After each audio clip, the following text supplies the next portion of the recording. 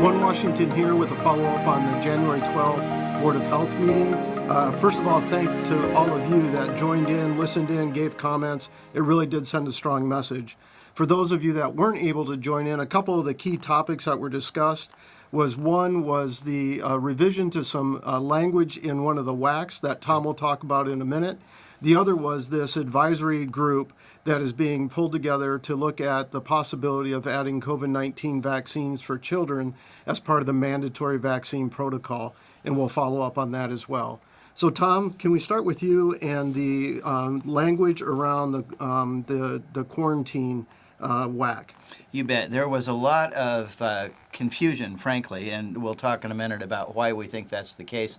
But let me start out by reading a section of the email that we sent out to thousands of people on Tuesday, the day before that hearing. Here's what it said.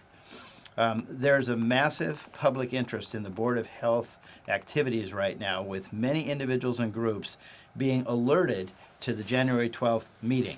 It appears that many of these individuals and groups are very new to the work of the Board of Health. And when people read the agenda items, which was published online, they're taking them at face value and therefore may be misinterpreting the items and what they mean. Particularly, we said this: reading item number 9, people note the following in the agenda: rules, hearing, continuance, communicable and other certain diseases, Chapter 246-100 of the WAC, Washington Administrative Code. Testimony will be taken and possible action. Here's what we said in this email. As a result, when people access Chapter 246-100 and read the entire content of that code, they become alarmed, believing that COVID-19 is being added to all of the sections.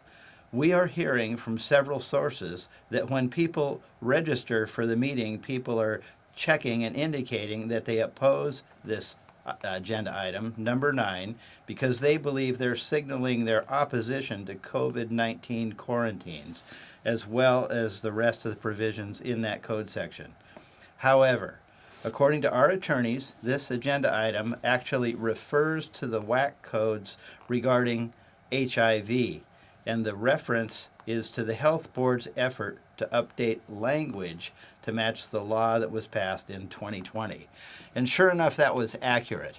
What was accurate is that the board wanted the language to not be discriminatory towards HIV patients, which is what the law in 2020 was passed. They were updating the language. However, that WAC, even though it's been in existence since 2003, contains language about quarantines and forcible detentions, and no wonder people were concerned.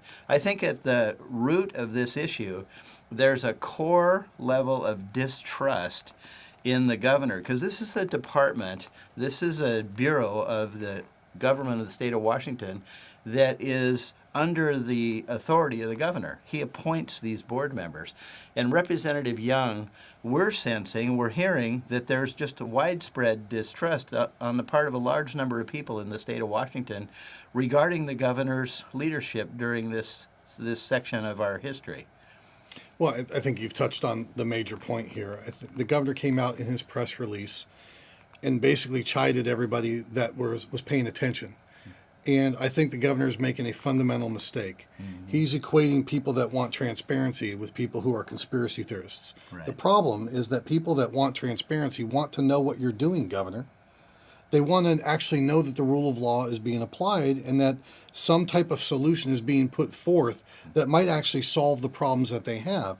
And to chide them when they come out and try to hold your agencies accountable for their lack of communication is only going to continue to divide us. And that's a fundamental mistake as we try to come out of what has been the longest declared emergency in our nation's history. And I think we're seeing this at the national level. Yesterday, the Supreme Court undid a law that the president did. He tried to force his mandates through the Occupational Health and Safety Administration, OSHA, and go around the Congress, because he knew he couldn't get it through the normal legislative process. I wonder if people in the state are having the same question. how is it that the governor is continuing to mandate things, going around you and the other elected representatives who we put in place to represent us? And he's using agencies in certain cases that cost people their jobs. Well, this is the biggest elephant in the room. Even the Democrats down in Olympia are feeling the heat on this, and many of them want to pull the plug. The fact is, the governor's, the agency's responses that they're having to do to try to force through more mandates, and the governor's continued additional declarations of emergency are only showing that he's utterly failed, and that government by one person doesn't work. In any private sector experience, he would have been fired a long time ago. And the Democrats know it down there. And unfortunately, most of the people are getting fed up with this.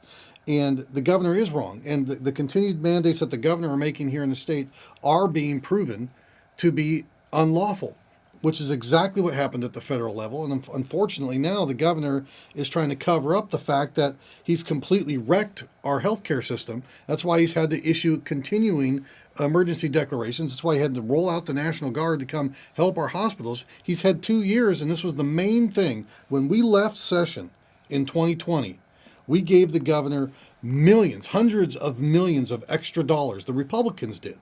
Gave him hundreds of millions of extra dollars to funnel into the healthcare system to come up with a plan to fix it. Instead, he's played politics, and the result is that people have lost their lives. People are getting sick, and now our healthcare system is breaking down after having 2 years and even more money put into it. And so there's a lot of distrust. And getting back to this quarantine issue that came up, what could the governor do? What could you do to alleviate concern that that would ever be misused? The law's been on the books since 2003.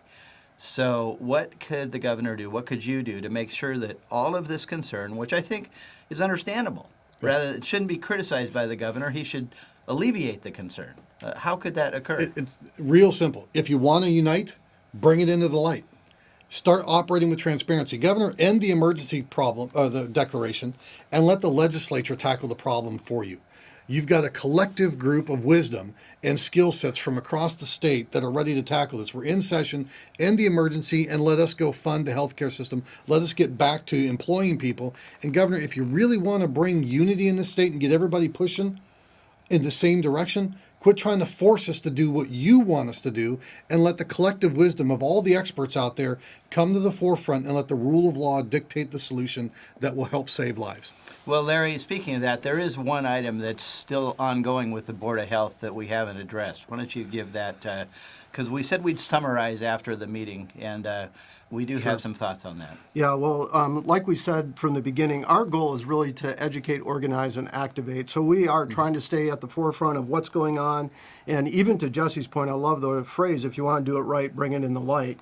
And so that's our goal, is to try to bring everything in the light. And on this topic of the technical advisory group that is looking at the science as to whether or not mandate vaccines for school-aged children, we're working on trying to pull together some national and international experts to come here to give another perspective, to look at peer-reviewed data, because it does appear that from the Department of Health, is very one-sided. And what we want to do is be able to bring all the data, bring all perspectives, so as parents, you can make a wise choice for your children where it belongs. The choice belongs with the parents, not with the government. So stay tuned. There'll be more coming. Thank you very much. Thank you, Jesse, Representative Jesse. Sure. Thank you, Tom.